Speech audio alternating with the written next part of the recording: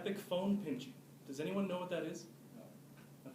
It's basically as silly as it sounds. Basically, you take your phone with your thumb and your forefinger, and you pinch your phone, and you hold it like this in kind of weird, awkward positions. And the whole reason behind it, essentially, is you take your phone and you hold it precariously over top of like a pit, sewer grate, any place the phone, if you let go, your phone would essentially be destroyed and you would be out $500, $900, right?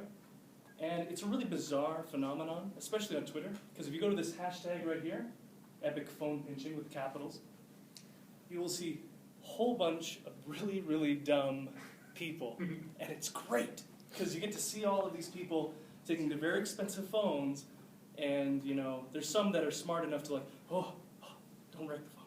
And then other people are very much like, oh, look at me with my phone, oh no. Oh, gotta get another one. Basically, this whole phenomena started off, very simply, like a lot of these phenomena start off is essentially with bands.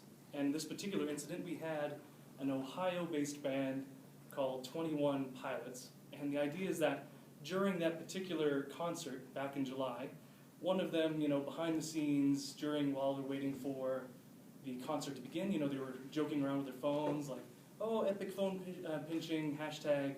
And of course, their fans, fans just gobble this stuff up, right? So basically, all of their fans were starting to kind of do, hey, look at us, favorite our epic phone pinching tweets.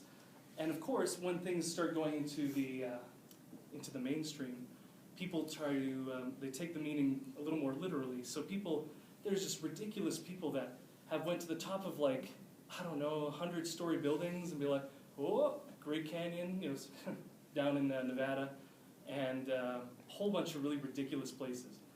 And it's gotten so bad, in fact, that there's actually a counter movement happening to this particular incident where people are just taking kind of a joke epic pinching, where it's like they have a box of crackers and oh, epic phone pinching, hashtag wink wink.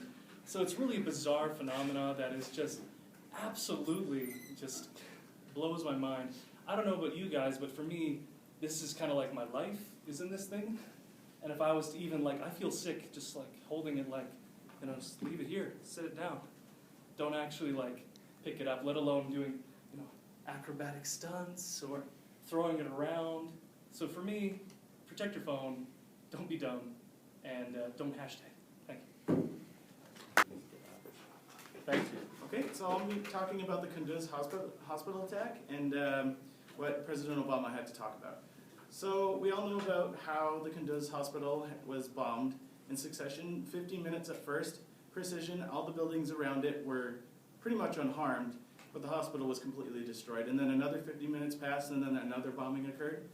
And 22 people died in that. 10 of them were patients, and 12 of them were Doctors Without Borders members. So they were there to just take care of the patients in this hospital and make sure that everyone was okay. And the deal with Doctors Without Borders is that they only focus on medical problems and not on ethnicity or religious backgrounds or anything like that. So they're not biased in any way, they're just there to do their job. So after the bombing happened, the US government came out, Obama apologized to everybody saying, we're sorry, we will make sure that this never happens again. But there was a company that wanted more answers, the IHFFC, which is the Independent Investigation by the International Humanitarian Fact-Finding Commission, which is a really long name. But what they do is they regulate basically war rules. So the hospital was a safe zone. You're not allowed to attack a hospital in any sort of war. And that's what they were trying to get at, was saying, you can't bomb hospitals, so we want more investigation on this. Why did you bomb this hospital? What was your purpose? And so now that the US government is under fire from this, the Doctors Without Borders are up in an uproar talking about how can we support such a government from where we live from when they bomb their own people over in other countries when they're just trying to help out.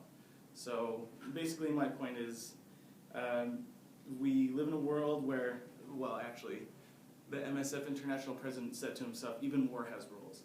And the fact that the US government went against those rules that was regulated and obviously they should know about is kind of confusing and a little angering, really. But other than that,